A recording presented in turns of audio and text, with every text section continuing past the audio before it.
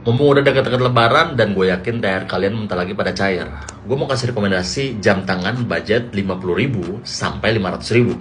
Selain baju, menurut gue jam tangan ini adalah barang yang cocok dibeli untuk menyambut lebaran. Jadi buat yang lagi nyari jam tangan, tonton video ini sampai beres.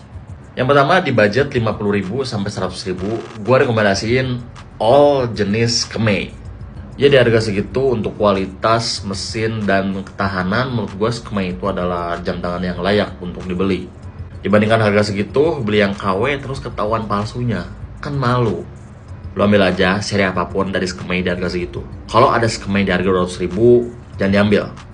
Selanjutnya di budget 100-200an, gue rekomendasiin 3 jam tangan, yaitu Casio MQ24, Casio F91W, dan Sandatek. MQ24 karena ukuran dan desainnya yang emang default jam tangan, udah nggak aneh-aneh kok, nunjukin waktu doang.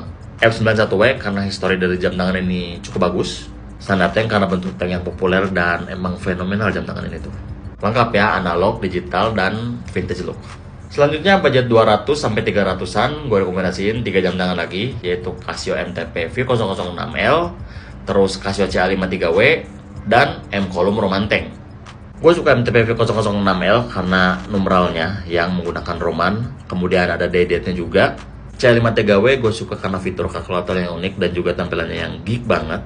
Kalau M Column Romanteng gue suka karena penempatan numeralnya yang unik. Dan lengkap lagi analog, digital, dan vintage alias klasik looknya. By the way, sebelum lanjut, gue mau kasih tau kalau gue pun jual M Column Romanteng dan Sandatek. Kalau kalian lagi nyari jam tangan tersebut, langsung aja klik link gue di link yang ini. Oke, lanjut.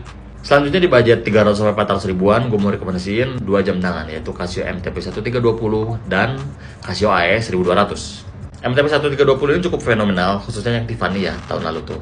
Cuman yang putihnya juga kelihatan clean, jadi gak kalah keren sama yang Tiffany, dan harganya pun jauh lebih murah dibandingkan yang Tiffany. Kalau AE 1200, gue suka karena desainnya yang retro futuristik. Gue pilih 2 jam tangan ini karena keduanya adalah jam tangan yang enak banget buat dimoding. Kemudian terakhir di budget 400-500 ribuan, gua ada 2 jam tangan rekomendasi, yaitu Casio A168 dan Casio MTP 1370L. Kalau Casio A168 gua rasa nggak usah panjang lebar ya, karena jam tangan ini pun cukup populer.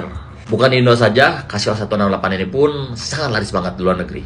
Dan gue pun suka dengan desainnya, apalagi lampunya yang terang.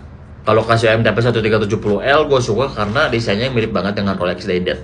Karena penempatan Day-Date yang unik membuat gue suka dengan desain jam tangan ini. Nah itu dia kelima jam tangan rekomendasi gue untuk menyambut lebaran. Kalau kalian punya rekomendasi jam tangan lain, tulisin aja di kolom komentar. Jangan lupa waktu.